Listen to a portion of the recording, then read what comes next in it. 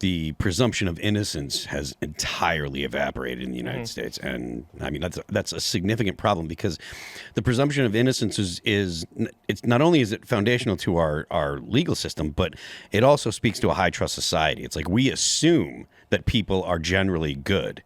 And if we don't assume that, you're going to continue to see the degradation of trust in other people in your society. And that's part of the reason why you have to have more and more laws. If you have a society that's high trust, you have to have authority to push, to make people do things, as opposed to you have a society where people just generally do the right thing. Then you don't need as many laws to tell people what they have to do. People are free to do what they want to do because you can trust them to be generally good people. No, another thing I think is interesting about all of this is not just the fact that, CBS edited this. It shouldn't shock us that they would be carrying water for the Democratic candidate in an election, especially when they're running against Donald Trump, who's the most evil, fascistic dictator who has ever lived. But it's the fact that they felt a need to edit her answers, right? I mean, that really does speak to something. I don't think that this is a new phenomena. I don't think the media lying for Democratic candidates is unprecedented by any stretch of the imagination. But the fact is, even they think that she's so unlikable and incompetent that they have to edit their answers. So this isn't actually revelatory on a moral level. We already know that these were immoral people and these were liars. This reveals that they believe they have a weak candidate here. Indeed. And that it feels political too. I mean, the content brain in me thinks that if she had such a bad interview, wouldn't you want to draw some of those eyeballs to your channel? Unless you just wanted to save Kamala. I was watching some of the JD Vance on Rogan. The first 15 minutes are hilarious. Yeah, it was cracking me up. I know. He just seems like a normal, relatable guy. He told a story about he was in a plane and he's a senator, and he's like with my kid, and it's like people don't really know, but like you're kind of a senator, and then his kid dropped a cookie and then said, "Oh, expletive." And then it's just like everyone's looking around like, Senator, your son. It's a really funny story about, and it's wholesome too. It's like family and stuff. Well, it wasn't just an expletive. It wasn't just, expletive. It was like, well, expletive. Like looks at his dad and says, well, expletive. It was good. It was really good. The reason I bring that up is like, it is entertaining to watch JD Vance tell these stories. He's very normal. That's just it. And, watching it, he mentions like in 6 days, I think I'm going to win, because I think they recorded it yesterday or whatever. But, or I guess technically we're going to get the data 6 days. Or who knows? We're not going to have no idea. But vibe check. I don't see how Kamala Harris wins this. I can understand shadow campaign, but in any real sense, this is what Ryan Long was asking the other day.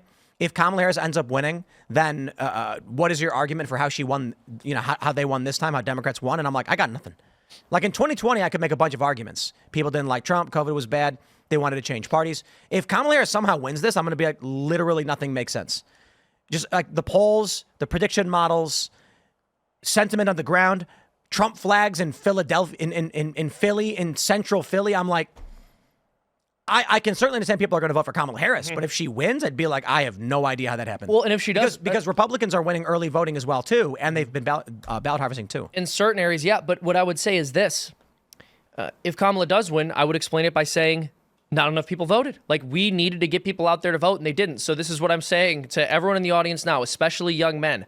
Young men have to get out and vote. Young men aren't voting right now. The data that's come back is that young men aren't voting. Exactly, and that's a big problem. Men in general are coming in way behind women in early voting. And that's a massive problem because men are far more likely to vote Republican. Yep. So if you're a young man watching this, if you are a man watching this, get out and vote. You have to get out and vote because it is possible for her to win. And if she does win, it's going to be because so many men stayed home. Yep. What I'm saying is if young men get out and vote, they can actually turn this around. Like they can save this country. We have so many issues right now. And it's funny because I see all these memes where people will post videos of guys fighting in wars.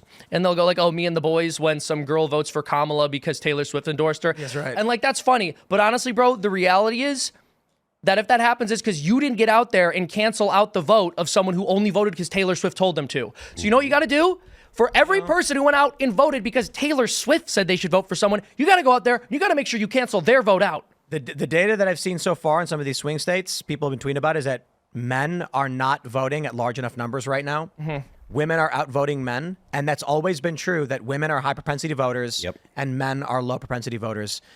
And so, look, man, you know what I see? I suppose that might be it. If the data comes back and shows that women voted at like 5 to 10 points higher than guys, then I can understand, okay, well, that's how Kamala Harris won, I guess. Exactly. The women went in the voting booth, winked at each other, and then voted against their family's wishes. Exactly. So, you know, there you go.